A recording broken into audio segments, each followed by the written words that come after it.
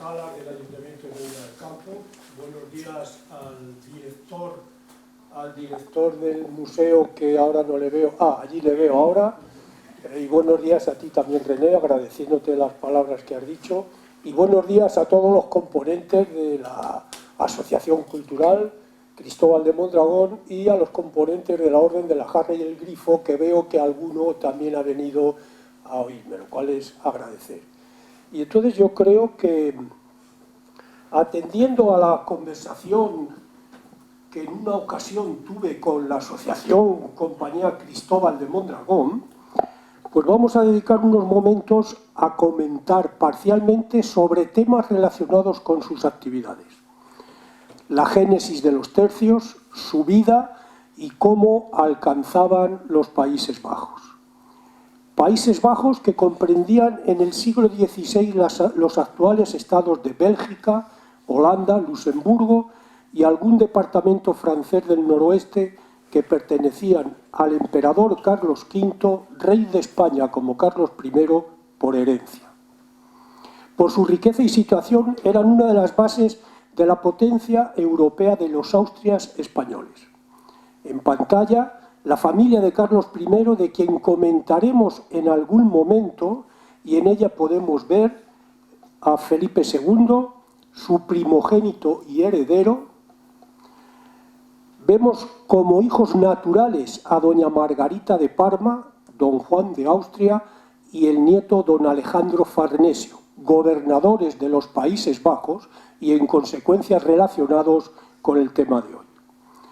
En la década de 1560 y el nombre de Felipe II gobernaba su hermanastra doña Margarita de Parma, asesorada por el ministro español cardenal Granvela. Los años 1560-64 contemplaron la aparición de una oposición concertada en la política del gobierno de Felipe II, a la que se suma la aparición del calvinismo. El cardenal Granvela impone una política de intransigencia, lo que motiva la solicitud por los nobles flamencos de su relevo, que tuvo lugar en el 64, cambiando el control de los asuntos flamencos al Consejo de Estado, cuerpo dominado por la alta nobleza flamenca. En el año 1566, siendo aún gobernadora de los Países Bajos doña Margarita de Parma, se inician revueltas cuando los protestantes desataron su furia con incendios y saqueos a iglesias y conventos. Se informó al rey Felipe II que la situación en los Países Bajos era tan grave que únicamente admitía dos actitudes políticas, o la concesión o la represión. La primera, la concesión, fracasó, por lo que claramente se puso en marcha la represión. En los meses de octubre y noviembre de dicho 1566 se tomó la decisión de enviar a Flandes tropas españolas al mando de don Fernando Álvarez de Toledo, tercer duque de Alba de Tormes, para reforzar a las allí existentes. En el año 1572 las revueltas se transforman en una insurrección general. Acordémonos aquí, precisamente en este año, en el año 72, de la gloriosa acción del medinense coronel Cristóbal de Mondragón en el episodio de Goes.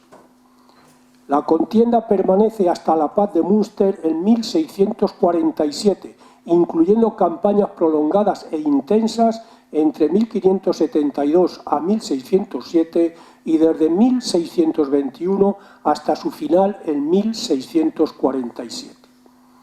Felipe II fue incapaz de concentrar todo el potencial hispano en una sola de las dos guerras mayores que mantenía, la de Flandes y la del Mediterráneo. Y los años de guerra en dos frentes fueron la pesadilla financiera de España y el agujero que se tragó el oro y la plata llegados de América.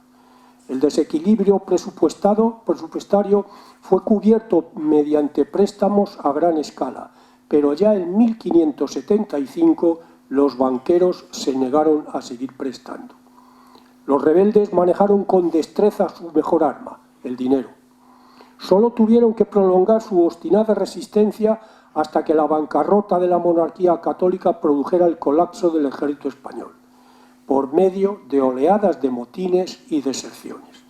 Esta contienda, que acababa de nacer, solo se podía sostener mientras España dispusiera de hombres, dinero y fuera capaz de hacer llegar a los hombres al escenario bélico.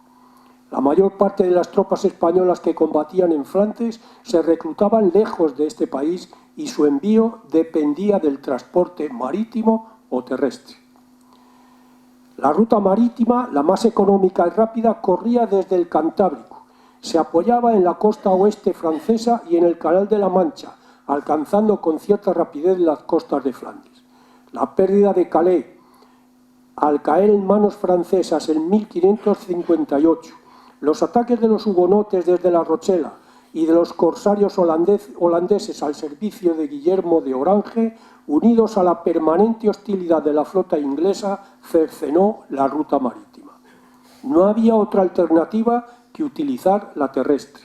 Si los soldados de España, que España enviaba no podían ir por mar, debían hacerlo por tierra, andando. La ruta que desde la Lombardía, más concretamente Milán, conducía con una dirección general noroeste a Flandes, lo hacía a través de Saboya, Franco Condado, Alsacia, Lorena y Luxemburgo, y alcanzaba Namur y Bruselas ya en los Países Bajos. Viendo el mapa, es fácil deducir que su utilización estaba sometida a los intereses de Francia, que por el oeste tenía a su capricho toda la ruta y que había negado su permiso para dejar paso libre desde Marsella a Lorena, que sin duda era la ruta más corta. Felipe Duplessis, un caballero francés hugonote, presentó en 1584 al rey Enrique III de Francia un discurso sobre el medio de debilitar al español. En él decía: el rey de España no tiene ninguna posesión más hermosa, más rica, ni más altamente estimada que los Países Bajos.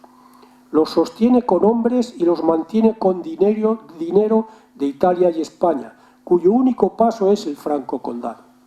Su Majestad debería emplear a una parte de sus súbditos para tomar las mejores plazas del condado y aún con una sola bastaría para este fin. Con que solo se tomara una bastaría para cortar las comunicaciones entre los Países Bajos e Italia y España. El discurso de Duplessis volveremos a mencionarle, pero resume con exactitud no solo la importancia de los Países Bajos que tenía para España en este momento, sino la fragilidad de la comunicación terrestre con el preciado territorio, que estaba en guerra desde hacía ya 2 décadas. La contienda de los Países Bajos, como cualquier otra, solo se podía mantener mientras España dispusiera de hombres y dinero y fuera capaz de hacerlos llegar al espacio bélico. Este hacerlos llegar era algo que obligatoriamente debía de llevarse a cabo a lo largo de un difícil trayecto, el llamado Camino Español o Ruta de Flandes, que en Francia es todavía conocido como el Chemin des Espagnols. El Camino Español tuvo plena justificación militar por la Guerra de Flandes, una contienda que carece de sentido fuera del contexto europeo de los siglos XVI y XVII y del papel de gran potencia europea que España desempeñaba en este momento. Esta guerra, en la que España estuvo varias veces a un paso de la victoria total, cuya dimensión y complejidad de alianzas y coaliciones puede explicar su larga duración y que fue más de 80 años, y que para algunos españoles contemporáneos España quizás no podía ganar, pero tampoco podía abandonar. No se debe de enfocar la Guerra de Flandes como la simplista versión del enfrentamiento entre un pequeño país, Holanda, presentado como un David, y una gigantesca monarquía hispana que vendría a representar la función de Goliat.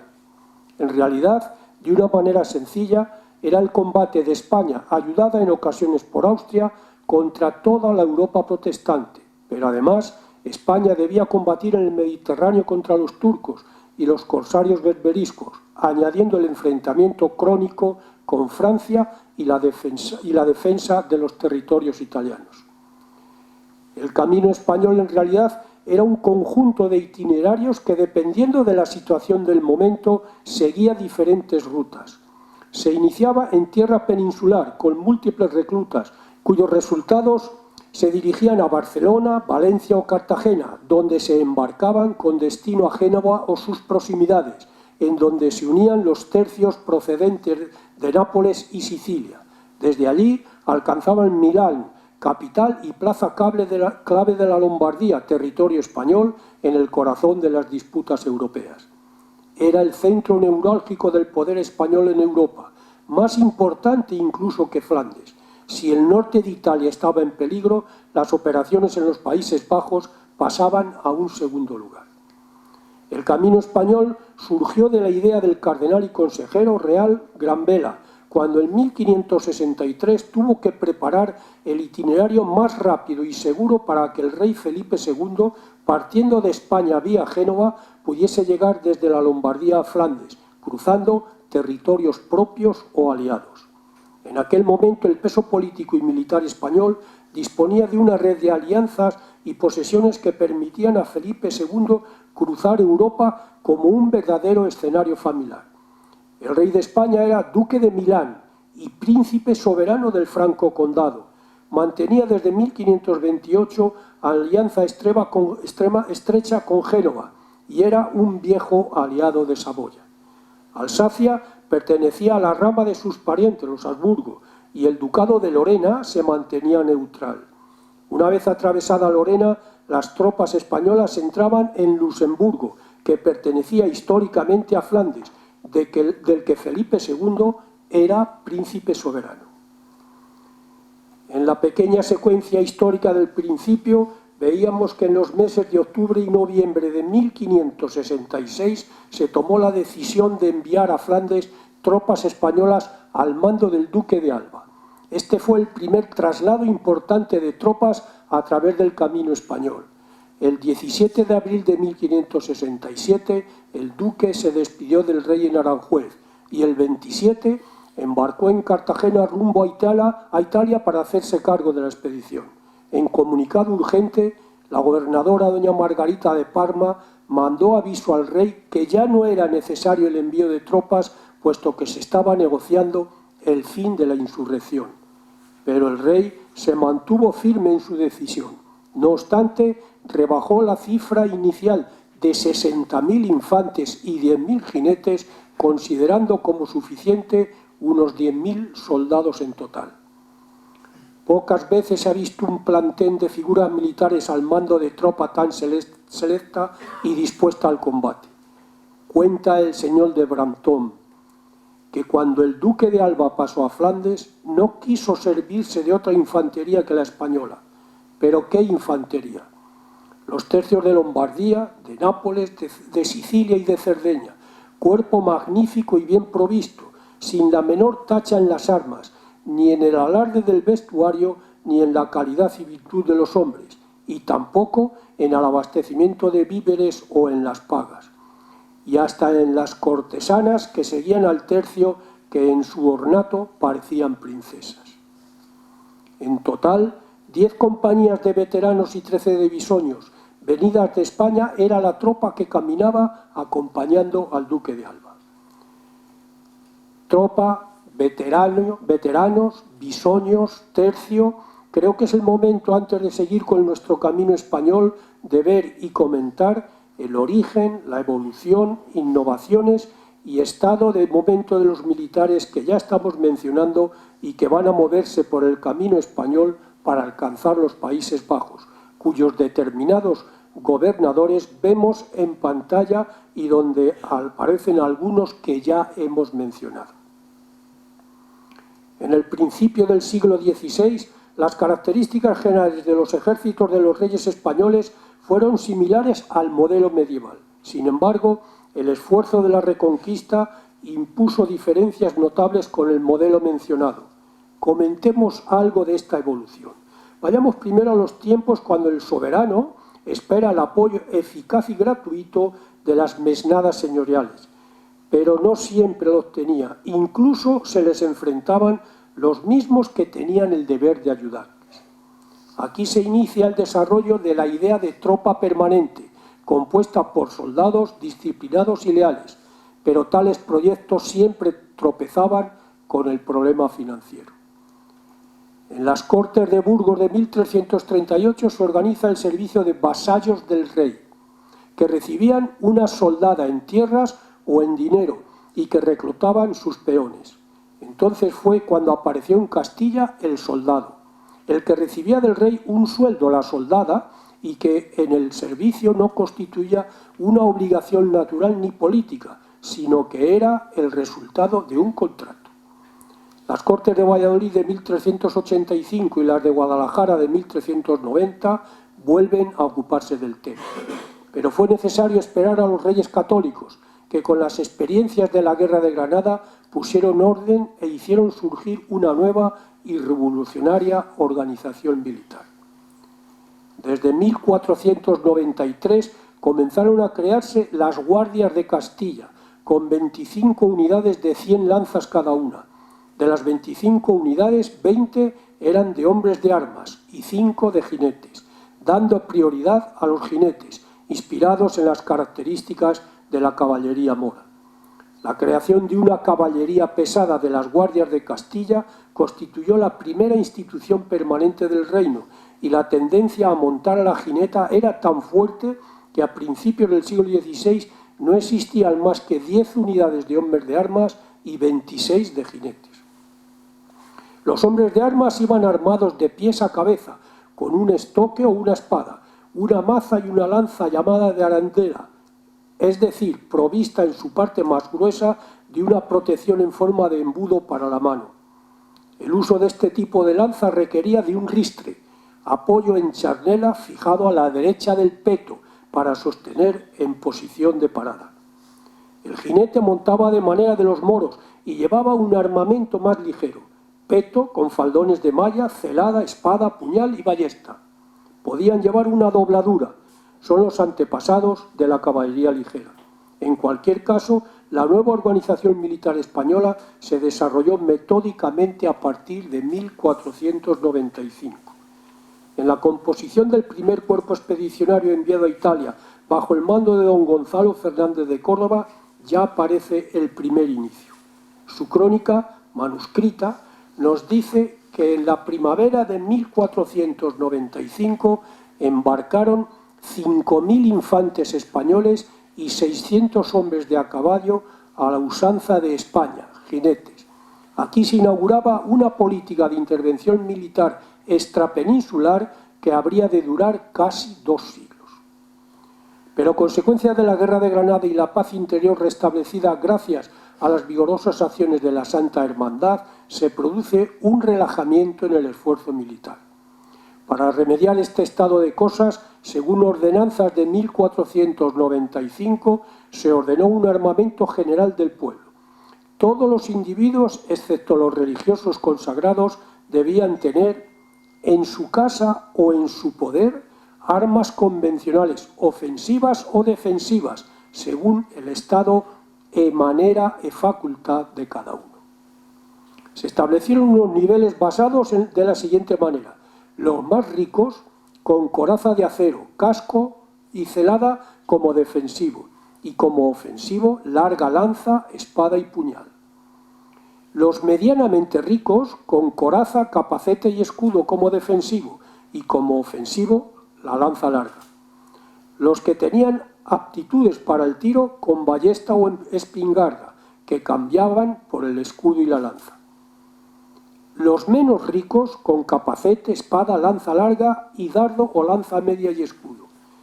Y los excepcionalmente ricos, como los corregidores, con armadura completa y con lanza. Para el cumplimiento de lo establecido se establecieron unas revistas que se pasaban 2 veces al año, los últimos domingos de marzo y septiembre. A estas ordenanzas se añadió otra en 1496 sobre censo militar, en la que se establecía que del conjunto de los implicados en la anterior ordenanza, entre las edades de 20 a 45 se elegía uno de cada 12 entre los más expertos y mejor armados. Si la actitud era buena, pero su armamento resultaba insuficiente, los otros 11 debían completárselo. Así los elegidos podían ser llamados al servicio, salvo en caso de gran necesidad que se establecía con el resto un remanente para leva general. No es fácil establecer lo que significaba un 12avo de los ciudadanos en condiciones de reclutamiento inmediato, pero sí es posible tener una indicación basada en el censo e informe de los Reyes Católicos que encargaron al contador mayor Alonso de Quintanilla, con la doble finalidad de sustituir a la Santa Hermandad y de contar permanentemente con infantería suficiente.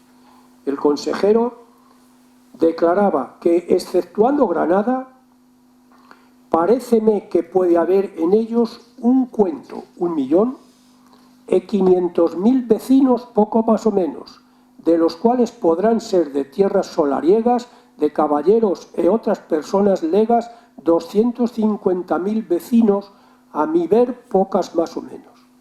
Así que quedarían en los realengo e abadengo e órdenes e beetrías en cuento un cuento e 250.000 vecinos.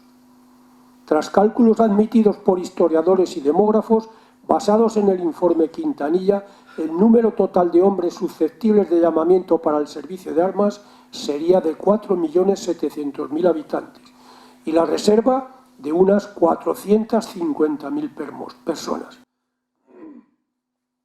Una hermosa cifra teniendo en cuenta la disolución de la Santa Hermandad en 1497. Es conveniente mencionar que esta disolución se refiere a la Junta de la Hermandad como órgano centralizador de las distintas hermandades, las cuales continuaron existiendo dependiendo de los concejos. Las ordenanzas aludidas en 1496 son una verdadera norma donde se daba un paso importante en el campo de la organización militar. Dado que se exigía la presencia efectiva de todos, son reglados los permisos de ausencia, la licencia, normas para los contadores con su libro de sueldos y para los veedores como inspectores del estado de armas y encargados de las revistas. En determinado momento se pierde el carácter general del texto y se inicia a reglamentar los detalles. Citaremos algún ejemplo para ver lo que esto significaba. Los caballeros con doble lanza recibirían la paga como sencilla si no presentaban la dobladura, es decir, la segunda lanza. Similar disposición para el alférez de caballería, que no podía recibir el suplemento si no servía con su propia montura y su dobladura con sus mulos y pajes. Se prohibía cualquier desbandada una vez formado el ejército para la batalla. El caballero que faltase a esta norma perdería su caballo y sus armas. Si se trataba de un infante, perdía un mes de sueldo y recibiría 100 golpes. A primeros de 1497 se añadieron otros elementos importantes para la buena organización: la adopción de la pica y la distribución de las unidades en 3 partes. Según el cronista de Fernando el Católico, en una revista general de sus tropas, púsose en este tiempo nueva ordenanza en la gente de guerra. Repartiéronse los peones en 3 partes, el 1/3 con lanzas que llamaron picas, el otro tenía el nombre antiguo de escudados y el tercero de ballesteros y espingarderos, y aún estos peones repartidos en cuadrillas de 50 en 50. Aspectos muy importantes en esta nueva organización: la lanza larga se había convertido en pica. Se crea de 1/3 de escudados, que representa la categoría más modesta en el marco del armamento, y el último tercio no es más que la antigua arma de tiro. Esta división en tercios, aunque fuese de corta duración, tiene un aspecto muy importante, pues se considera el origen de la palabra tercio. Un documento de gran interés por la fecha proporciona el estadio de las tropas del Gran Capital. En él, y de manera resumida, se puede observar en el cuadro de la pantalla que se componía, en cuanto a infantería, de un total próximo a los 3.000, de los que unos 750 eran espingarderos y unos 2.050 ballesteros y lanceros. De caballería 600, de los cuales 300 eran hombres de armas y 300 jinetes, y de artillería 27, de los cuales 8 eran artilleros, 17 tiradores y 2 carpinteros. No es fácil analizar si se consigue la distribución en tercios que antes aludíamos, pues las 750 armas de fuego quedan por debajo del tercio del total, pero es verdad que los ballesteros, armas de tiro, están unidos a los lanceros, con lo que superan el tercio del total. Ordenanzas de 1496 y la llamada Gran Ordenanza de 1503 confirman, complementan ya la mencionada de 1495, todas de los reyes católicos, y dan paso a las disposiciones tomadas en Génova por el emperador Carlos V, que fueron la consagración de un modelo de organización progresivamente elaborado sobre las bases de las que solo superficialmente hemos mencionado. A partir del periodo 1534-36, el modelo adoptado fue el de los tercios, que residían y actuaban casi siempre fuera de España, y las disposiciones legislativas militares vigentes en la península no les concernían. La primera de las decisiones para poner en actividad un ejército o una guerra prevista era efectuar una leva, es decir, reclutar a los hombres que debían de constituir o participar. El elemento fundamental era la conducta, expresión del empleo concedido por el rey y al mismo tiempo documento acreditativo. El sistema normal para conseguirla era la solicitud a la corte. El rey elegía a los capitanes, que habían de formar nuevas compañías, que cuando eran nuevos recibían primero la patente, documento oficial que les acreditaba ante las autoridades locales. Recibía además de la conducta una instrucción y una orden. La instrucción establecía el procedimiento para efectuar la leva. Nada de viejos, ni mancos, ni menores de 20 años, ni que carecieran de capacidad para el servicio. Alcanzando el número previsto de reclutas, se les reunía en un lugar que fuese cómodo para pasar la revista en presencia del pagador, del justicia y del escribano público. El capitán tenía que formar su compañía. Para ello se presentaba a la principal autoridad del distrito, en el que debía efectuar el reclutamiento de sus hombres. Enarbolaba su bandera en un lugar destacado y visible. En llegando a la villa, luego a la entrada de ella, vi en la calle, en una ventana, una bandera. Y después de haber presentado su conducta y enarbolado la bandera en la ventana, el redoble del tambor para publicar el pregón acostumbrado. El contrato no establecía límites de tiempo. Dejaba el soldado al ejército o el ejército dejaba al soldado. ¿Quién eran estos soldados? De manera somera vamos a ver la composición de una compañía, la unidad básica y fundamental de los tercios. Todo español que asentare su plaza de soldado para servir a su majestad en los libros y listas de su real sueldo es su criado desde aquella hora y punto. Las primeras cualidades exigidas eran las morales, y cada soldado, cualquiera que fuese su categoría, tenía que basar su decisión en la defensa de la religión cristiana, el honor de su rey y la salvación de la patria. El buen soldado no debía de ser pendenciero ni parlanchín. En el aspecto físico, las cualidades exigidas y necesarias eran la robustez, la salud, la sobriedad en las comidas y otras muchas para soportar la dureza de las campañas. No obstante, las tres cosas principales exigidas eran seguir sin descanso a su bandera, obedecer de modo absoluto a los oficiales en las cosas que fueren del servicio del rey y estar debidamente armado. Más le valía desaparecer que levantar la mano contra un oficial. Era el mayor delito en la milicia, perder el respeto a los superiores.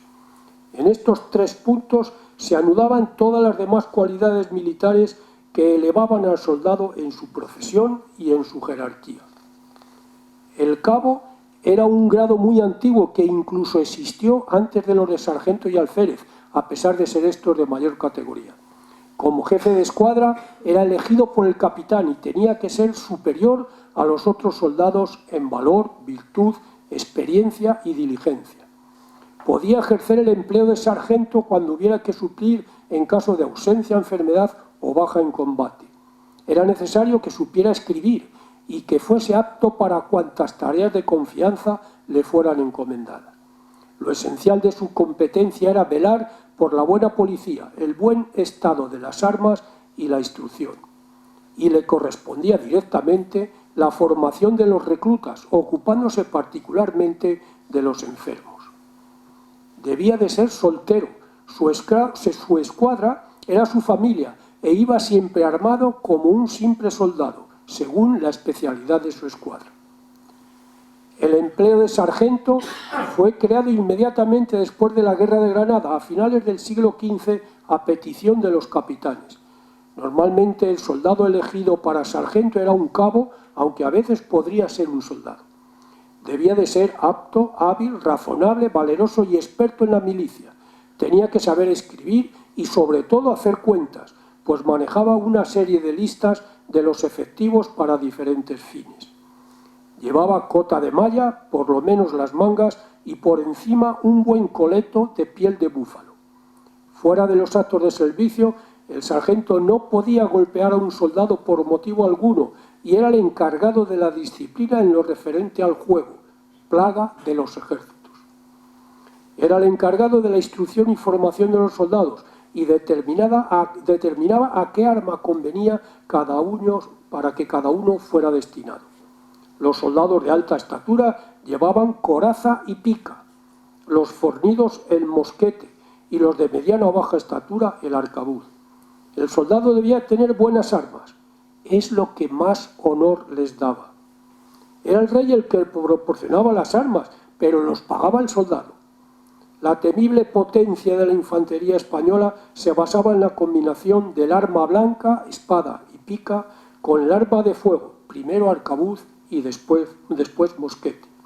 También le correspondía al sargento, ayudado por el furriel, la distribución de los soldados en los alojamientos. Ya toda la compañía en sus alojamientos, el sargento podía retirarse al suyo. Cuando el capitán estaba impedido, el alférez se convertía en el único mando al que debía rendir cuentas en cuanto sucediera en la compañía. El alférez era el segundo del capitán, su brazo derecho, su oficial de confianza, puesto que le sustituía en su ausencia, pero sobre todo porque era el responsable de la bandera. Fundamento de la compañía, su honor y reputación que repercutía en todos los soldados. Debía de ser capaz de protegerla y sacrificarse defendiéndola.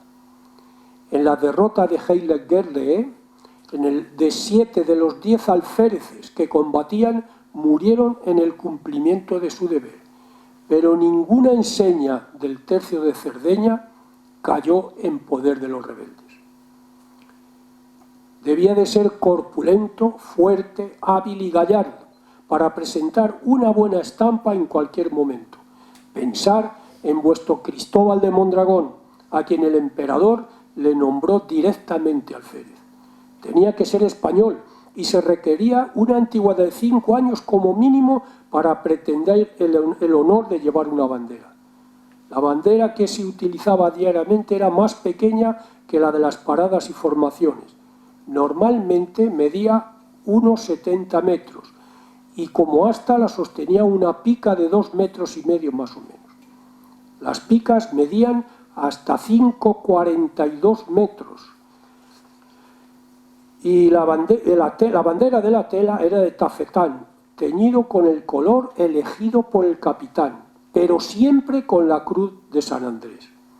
El alférez que la portaba debía de ir muy bien armado, pues tenía que causar pavor al enemigo en el combate, manteniéndola en alto y blandiendo la espada con la otra mano. Se protegía con una buena celada, una coraza, una espada y una daga. En los combates le rodeaban soldados distinguidos, elegidos por su valor y que tenían la misión de ayudarle y protegerle. El alférez sostenía la bandera personalmente para combatir, acompañar al capitán y en las formaciones para pasar revistas.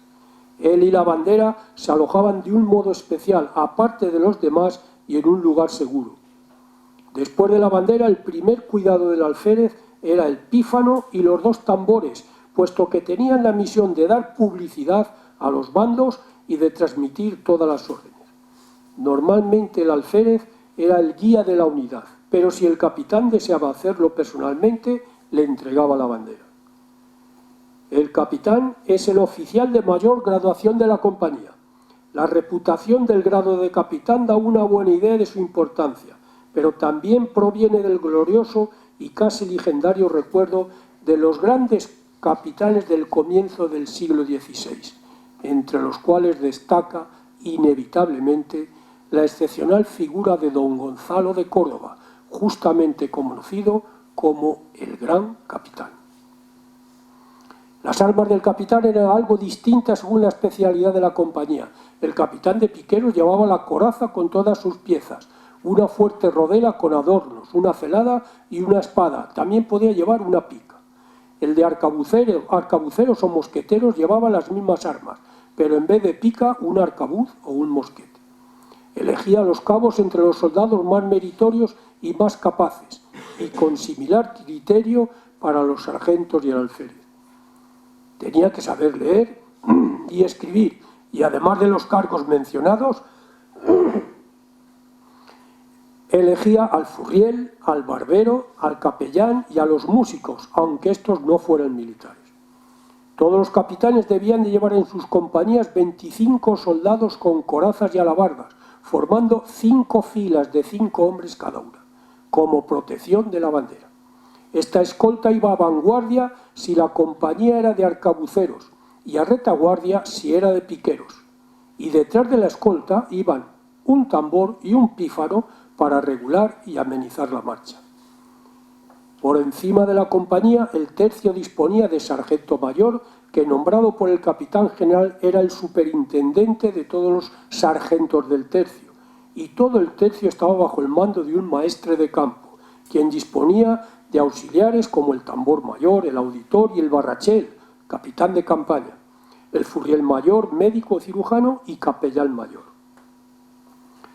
La particularidad y la superioridad de la técnica española para disponer de tropas aptas y adestradas consistía en utilizar la infantería estacionada en Italia, reemplazándola por otra recientemente reclutada en España.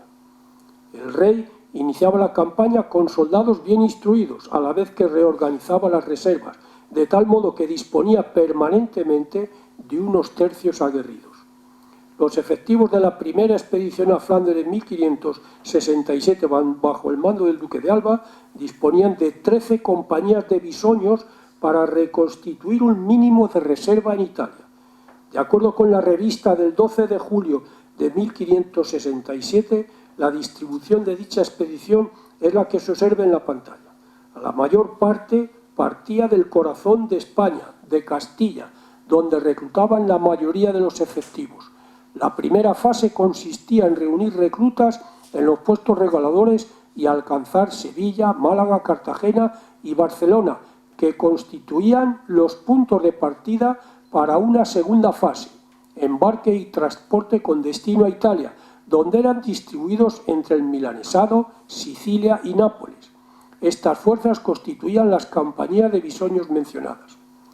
En Milán se presentaban 2 rutas, la del sur, que enlazaba el estado de Milán con Reino de Nápoles, con Sicilia y en determinados casos con Túnez, y la del norte, que enviaba por grupos compactos la infantería española en dirección a Flandes. El milanesado, Milán, era una verdadera plaza de armas donde se reunían, se organizaban y se equipaban las unidades llegadas de España, Nápoles, Sicilia o Cerdeña. Con la prolongación de la guerra de Flandes, los tercios tuvieron que trasladarse a los Países Bajos y ser abastecidos y renovados de forma continuada. La ración cotidiana y completa del soldado se componía de unos 750 gramos de galleta o bizcocho o 500 gramos de pan cocido, medio azumbre, 1 litro, de vino, 500 gramos de carne o pescado, lo que suponía unos 2 kilos por soldado y día, que significaba unas 15 toneladas para los 4 tercios. Si a esta cantidad aproximada unimos el pienso de los animales y los bagajes individuales del soldado, alcanzaríamos la cifra también aproximada de 37 toneladas para lo que el duque de Alba utilizó 500 animales de carga. Este enorme tren era el ocasionado por los movimientos de los tercios desde Milán a Flandes, donde el Namur, como punto de dislocación general, se distribuían.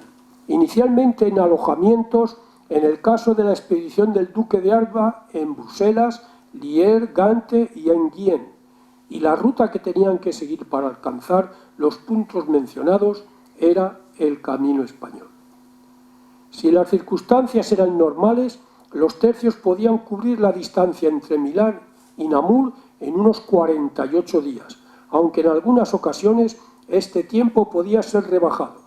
En 1578, una expedición mandada por el maestre de campo Lope de Figueroa, que salió de Milán el 22 de febrero, tardó solo 32 días, y en 1582 otra hizo el recorrido en 34 días. Para que el avance fuera manejable, las unidades de marcha no superaban casi nunca los 3.000 soldados. Pero en la primera expedición del duque de Alba, que tomamos como referencia, se movieron unos 10.000 soldados. El aprovisionamiento en ruta se resolvía mediante sistema de etapas, en la que se establecía una serie de puestos en el recorrido donde se almacenaba y distribuía el avituallamiento de las tropas y que se utilizaban como lugares de alojamiento. Antes de cada expedición se enviaban comisarios desde Bruselas o Milán que acordaban con las autoridades de Saboya, Franco Condado, Lorena y Luxemburgo las etapas, la cantidad de víveres y forraje a suministrar, así como los precios. Los encargados del alojamiento emitían unos vales llamados billetes, donde se indicaba el número de personas y caballería a acogerse en cada casa. Una vez reiniciada la marcha, los propietarios presentaban los billetes al recaudador que se encargaba de efectuar el pago. También se proporcionaba a las tropas medios de transporte. Para hacernos una idea, para cruzar los Alpes cada compañía necesitaba de 20 a 40 mulas, que en terreno llano eran sustituidas por carretas, 2 a 4 por compañía. Recordemos que 13 compañías de bisoños del ejército del duque de Alba, reclutadas en España, quedaban en Italia como relevo de los tercios viejos, compuestos de veteranos que se unieron a la expedición. Estas tropas aguerridas componían el núcleo de la fuerza que mandaba el tercio de Nápoles al mando del maestre de campo Alonso de Ulloa, el tercio de Sicilia al mando de Julián Romero, el de Lombardía al mando de Sancho de Londoño y el de Cerdeña a las órdenes de Gonzalo de Bracamonte. En total unos 8.700 hombres de infantería, como vimos anteriormente, a los que había que añadir un cuerpo de 1.200 a caballo al mando de Fernando de Toledo, hijo natural del duque. Como maestre de campo general iba un italiano, Chapin Vitelli, en cuyo talento logístico el duque de Alba confiaba mucho. Tras el desembarque en Génova y la llegada desde el sur, todas las fuerzas se concentraban y organizaban en el milanesado, parte de la Lombardía, en los alrededores de Milán. Este era el corazón de la monarquía española, con un gran cúmulo de bastiones que rodeaban el recinto amurallado del centro, donde el Palacio Sforza era el inexpugnable candado, zona que marcaba el origen del camino español, e iniciando la marcha por Alessandría y Asti hacia el ducado de Saboya, de sólida alianza con España. Tras pasar Asti, desde donde partió el 25 de junio de 1567, el ejército del duque de Alba, en el primer camino español, era escala obligada Turín, la capital del ducado en estos momentos, y que estaba gobernada por el duque Manuel Filiberto, aquel que derrotó a los franceses en la famosa batalla de San Quintín con un ejército que descendía de los Países Bajos, de donde era gobernador. Esta batalla marcó el cenit de los tercios españoles. Tras Turín, las tropas se encaran a uno de los pasos de montaña obligados, el Monte San Cenís, punto obligado del camino español original, más occidental y recuerdo permanente de la historia militar española, que durante muchos años vio pasar a miles de soldados de los tercios hacia Flandes, Además de Napoleón y posiblemente Aníbal, por este paso de Monte Sancenís de 2084 metros pasó el duque de Alba con el tercio viejo de Nápoles en la vanguardia, el de Lombardía en el grueso con todo el bagaje y los de Sicilia y Cerdeña con 2 compañías de albaneses en la retaguardia. En la instrucción dada en Génova a finales de 1536 por el emperador Carlos V para el régimen y organización de su ejército en Italia, se consagran los tercios viejos de Nápoles, Sicilia y Lombardía que acabamos de mencionar, por haber sido los más antiguos con carácter permanente. Poco después enfilaban a Chamberí, la en otros tiempos capital del ducado, iniciando poco después el paso por el Franco Condado, territorio español. De aquí el gran valor estratégico del ducado de Saboya, como corredor estratégico entre 2 territorios españoles, el milanesado y Franco Condado. Debía de impresionar a las gentes de Asti o de Turín o de Chamberí el desfile de aquellos soldados destinados a guerrear en lejanas tierras. Su vestimenta no guardaba uniformidad, aunque existía un vestido básico. Era suministrado por la corona y comprendía un par de zapatos, un par de calzas con medias, 2 camisas, una casaca y un jubón, y que se entregaba a los soldados que lo necesitaban. Pero la tendencia general era presumir de ropa, llegando incluso a extremos ostentosos y recargados. El saqueo era un incentivo, como ocurrió en el de Amberes, donde los soldados y su cortejo de prostitutas se vistieron con paños de oro y plata, producto del pillaje. Cortejo de prostitutas, constante preocupación del mando por este asunto y el hecho de que no conviene ser casados los hombres que han de seguir a las banderas. O esta otra, que ningún soldado haga fuerza a mujer, so pena de la vida, especialmente en pueblos rendidos o tomados por asalto. Frases que justifican la presencia de prostitutas en el tercio, reglamentando incluso su número, al menos 8 mujeres por 100 soldados. La diversidad en la indumentaria se valoraba como una prerrogativa y era algo considerado normal, sin que el mando osara contradecirla. Ningún vestido que de su sueldo hiciere, le dijo el duque de Alba al maestre de campo Sancho de Londoño, se le debe prohibir ni quitar al soldado, aunque haya ordenanzas que a todas las otras gentes lo deben. A la vista de todo el tercio iba la bandera, fijada a una pica, custodiada por el alférez que en combate debía demostrarla en alto, sosteniéndola con una mano, como ya hemos dicho, mientras la defendía blandiendo la espada con la otra. Ya comentamos sobre la bandera de la compañía, del color que el capitán elegía, pero siempre con el aspa de Borgoña. Recordemos que este aspa se introdujo en las banderas españolas tras el matrimonio de nuestra reina Juana I, hija de los reyes católicos, con el archiduque de Austria, Felipe el Hermoso, a quien corresponde dicho símbolo, ya que Austria tenía por patrón a San Andrés, pasando primero como divisa a los arqueros borgoñones y luego a las banderas del ejército imperial de Carlos V. Además de las de compañía, existía una bandera principal que se portaba con el mando del tercio y representaba el poder real como el color blanco que mostraba, y que durante los siglos XVI y XVII utilizaba la infantería española. En tiempos de Carlos V era de seda amarilla con el escudo imperial bordado. También era frecuente el uso de otras banderas que simbolizaban los valores de las tropas españolas que defendían, como la bandera de Santiago o la verde que Carlos V llevó a la campaña de Túnez. Las unidades de caballería y artillería utilizaban las mismas banderas que la infantería, pero de menor tamaño, y se denominaban estandartes, como actualmente se sigue denominando. En el reinado de Felipe II, las del tercio eran de color amarillo con las aspas de Borgoña en rojo.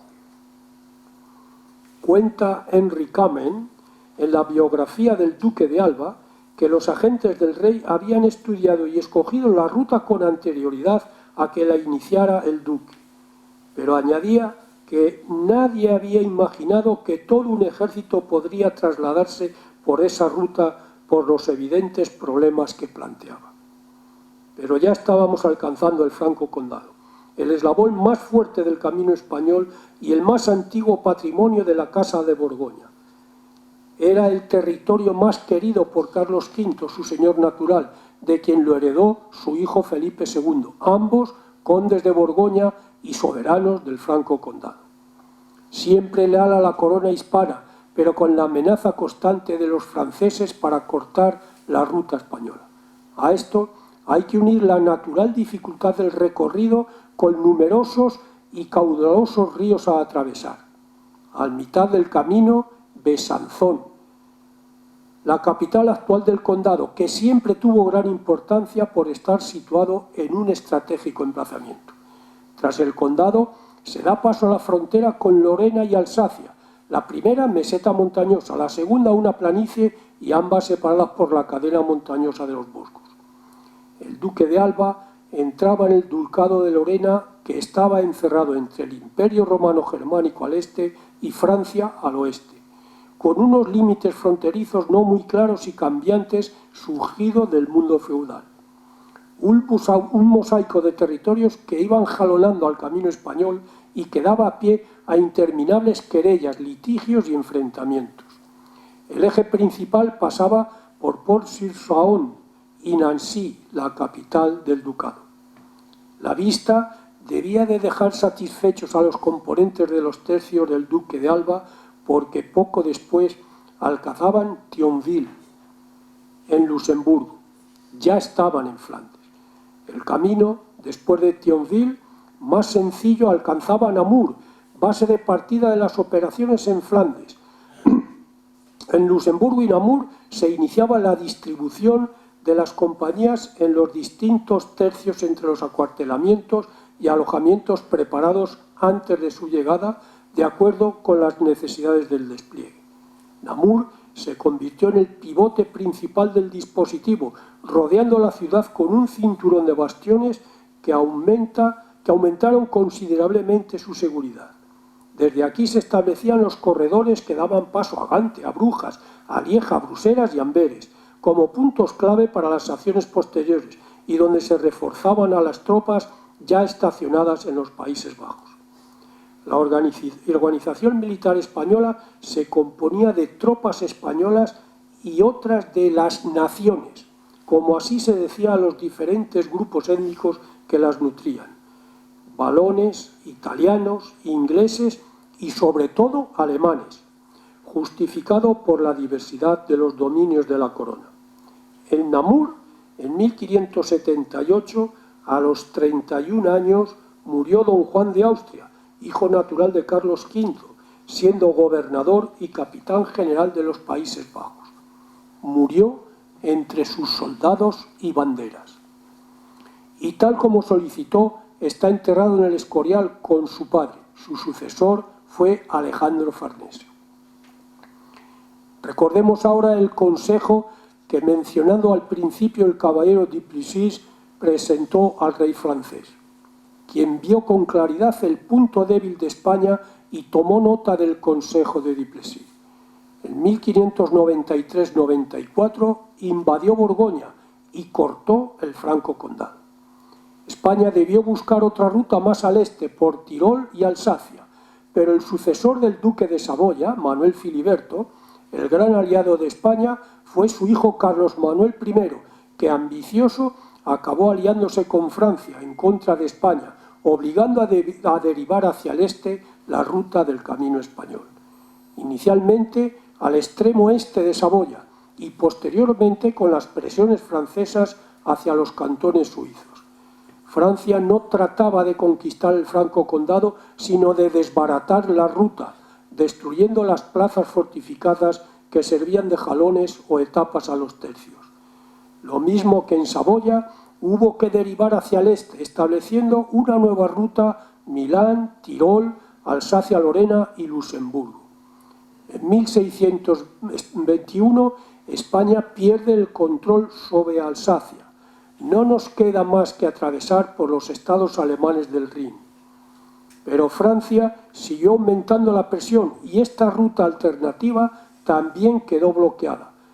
El golpe más duro fue en 1633, cuando Francia ocupa Lorena, donde confluían todas las rutas, con lo que resultaba imposible cualquier traslado de tropas desde el norte de Italia. El camino español dejó de existir. En la derrota de Rocroi en 1643 y su consecuencia la paz de Münster en 1647, la suerte de los tercios, como he dicho, la mejor infantería del mundo, estaba echada y el poderío español ya estaba cayendo en picado, dando paso a la hegemonía francesa en tierra y a la inglesa en los mares. En el año 1566, como ya hemos dicho, el duque de Alba fue designado gobernador de los Países Bajos y jefe de la expedición militar que debía reprimir la rebelión existente. Con su acostumbrada meticulosidad se dedicó al estudio del itinerario que debía de seguir las tropas. Trazado en sus líneas generales, envió a un ingeniero especializado con 300 zapadores para ensanchar caminos en la zona del monte Sancenís. Él es el artífice del camino español que hemos visto a grandes rasgos y que un regimiento podía hacer el viaje desde Milán a Namur, unos 1120 kilómetros, en 6 semanas aproximadamente. En febrero de 1578, una expedición tardó 32 días, como ya hemos mencionado, siendo la duración del recorrido en término medio de unos 48 días, y la de 48 hacía una media de 20 kilómetros día. El duque de Alba, que inauguró el camino español, hizo su entrada en los Países Bajos el 3 de agosto de 1567. Había dedicado 56 días a esta epopeya, yendo a la cabeza de unos 10.000 soldados de los tercios españoles, la mejor infantería del mundo. El literato Pedro Calderón de la Barca y soldado de la infantería española, escribió a mediados del siglo XVII su manera de ver la milicia, el ejército, de la cual no me resisto a leer algo de lo que escribió. Aquí la más singular hazaña es obedecer, y el modo de merecer es no pedir ni rehusar. Aquí, en fin, la cortesía, la fineza, la amistad, el buen trato, la verdad, el honor, la bizarría, el crédito, la opinión, la constancia, la paciencia, la humildad y la obediencia, fama, honor y gloria, en fin, caudal de pobres soldados, que buena o mala fortuna, la milicia no es más que una religión de hombres honrados. Muchas gracias.